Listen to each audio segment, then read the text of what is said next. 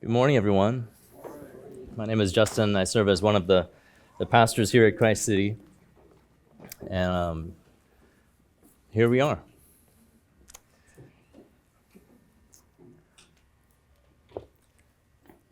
I cried this week as I held my kids. I said prayers over them, over the world they're growing up in. I realized I tend to cry when the world shows itself to be not what I had hoped it would be, what it could be. I've wept over tens of thousands of kids lost in Gaza over the last 13 months. I've wept over hundreds of thousands of American lives lost to COVID, millions around the world over the years. I cried when there was a spate of attacks on elderly Asians a few years ago, people who could have been my parents.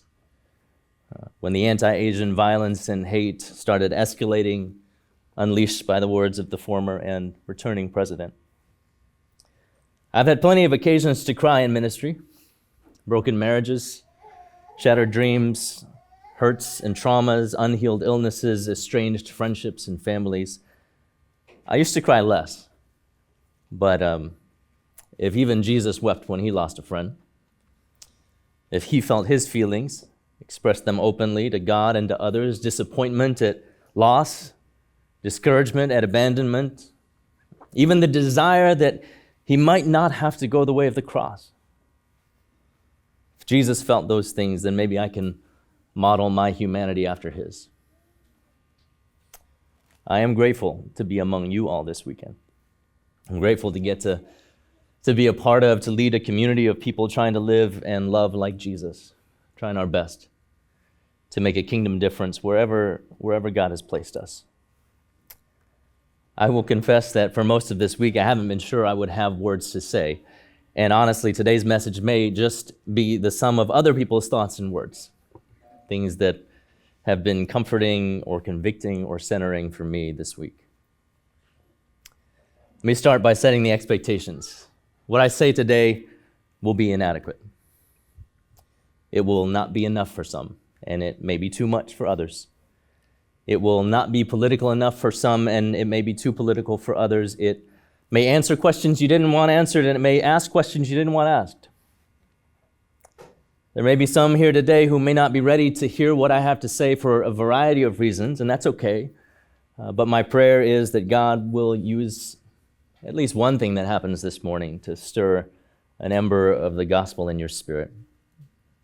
I can only do so much here, but I will do what I can and trust that God will continue to be at work in and through us by the Spirit in conversations over lunch or in your small group gatherings or in the weeks to come. This election hits us at Christ City in ways that are unique to us. There are those among us whose jobs will be impacted, federal employees and appointees, foreign service workers, those in aid and development whose funding may be greatly impacted by the incoming administration, those working with or those who are already vulnerable populations, feeling the strain of the threats and the rhetoric that have been normalized once more.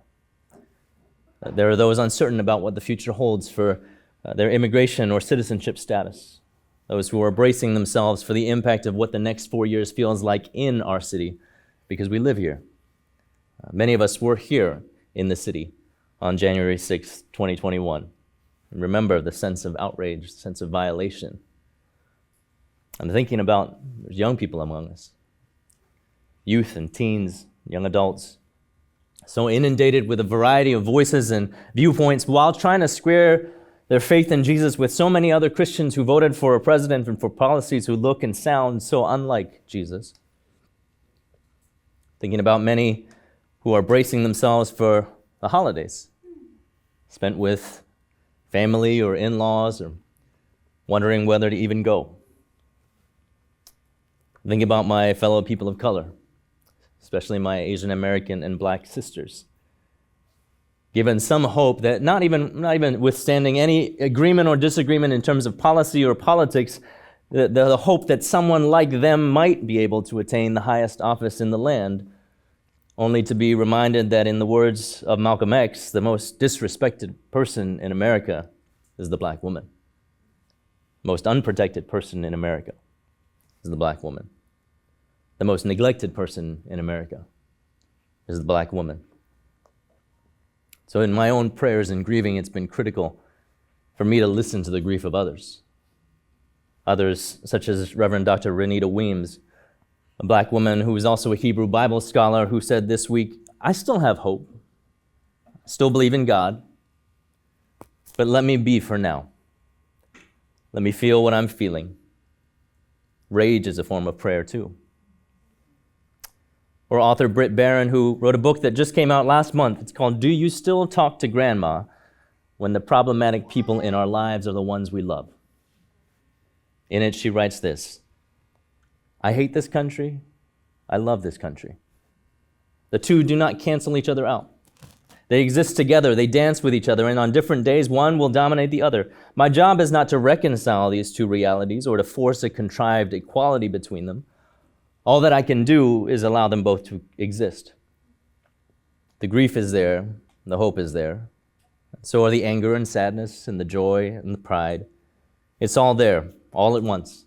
And all I can do is hold all of it. There is not one right way for me to think about America, nor is there one answer for how I should respond to what happens in America. The joy does not cancel out the pain. The grief does not cancel out the hope. Holding contradictory truths does not diminish my dedication to fighting for what is right. I do want to say to any among us who are uncertain of or fearful about your future and even your safety in the present climate, especially if you are a woman or a person of color or an immigrant or a member of the LGBTQ community, especially our trans siblings who were particularly targeted, or otherwise have found yourself a target in words or policy of our incoming president and his supporters, if you are anxious because of things said, things threatened, things reported, or things experienced in recent days, especially from those who claim to follow Jesus, let me say first, as a representative of the Church of Jesus Christ, I am sorry. It is not reflective of the Jesus we follow. Second, I'm with you. Third, and more importantly, God is with you. And fourth, that I promise to do whatever is in my power to continue to oppose injustice and discrimination against you, because it is what Christ calls me to. Now, once upon a time, there would have been those, and even those in my own head, that might say to me, why are you being so political? Stick to the gospel. But the gospel is political. Not just because politics is at its heart about how we relate to one another, but because the common greeting of the Roman Empire in Jesus' day was, Caesar is Lord. So saying Jesus is Lord in the first century, in the first centuries after the resurrection, that was a political statement in direct opposition to the empire. It was more than that, but it certainly wasn't less than that. It was saying that the gospel impacts every area of life, or at least it should, because Jesus has something to say about every area of life, because the kingdom of God, or the government of God, means something for every area of life, and that includes how we vote, and it includes what we do in the time between our votes. Martin Luther King Jr. said, only a dry-as-dust religion prompts a minister to extol the glories of heaven while ignoring the social conditions that cause people an earthly hell.